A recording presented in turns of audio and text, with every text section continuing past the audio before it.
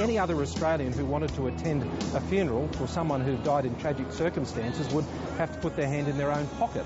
I'm also curious as to why rallies are being flown around the country. I think the public want to see the government show some sense when it comes to the spending of taxpayers' money. You're right, it does seem a bit unusual that the government is flying people to funerals. And alternatives were available on this occasion.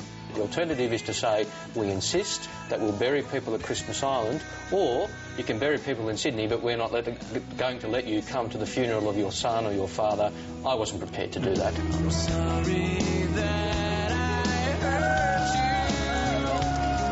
you. It's something I must live with every day. I would never seek to deny a parent or a child from saying goodbye to their relative. I would never support that. We need to be sensitive. As you know, I've made some very sensitive comments about this matter in the past.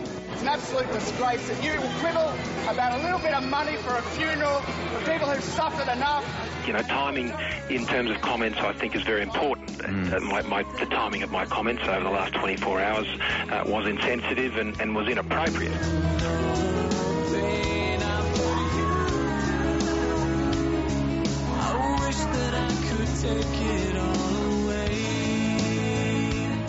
I think we as a compassionate nation have an obligation to ensure that we retain our humanity during what is a very difficult policy debate.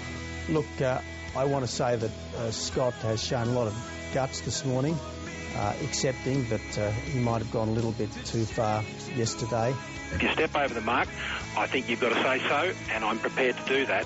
We are totally united in wanting effective border protection. Does it show a split in your party?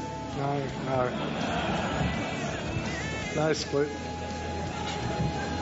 We all love each other. It is a special type of love, but we love each other.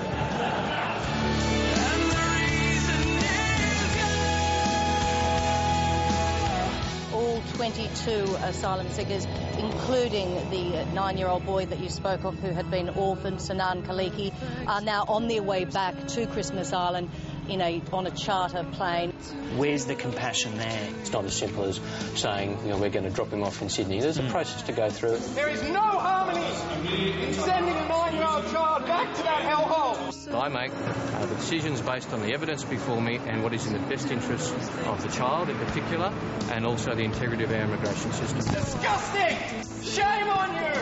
I want to see him in the community as much as everybody else. I need to be reassured that the appropriate psychological care is in place. You're a disgrace! Is it too late to reverse it, is it? Well, not too late to reverse it. Well, Did you make a very big mistake here? Well, Heather, being Immigration Minister means making controversial decisions.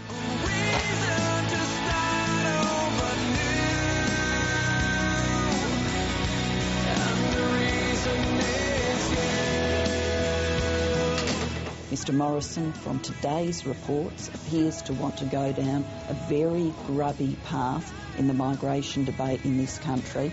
I think that is a travesty of Scott's position, an absolute travesty of Scott's position. Do you recant what you said in Shadow Cabinet about Muslim migration? Well, as all journalists know, I don't comment on Shadow Cabinet here or anywhere else. All I can say is the gossip reported today does not reflect my views. Mr Morrison should go to the back bench rather than being on Mr Abbott's front bench. There is no more decent, more sensitive, more humane person in public life.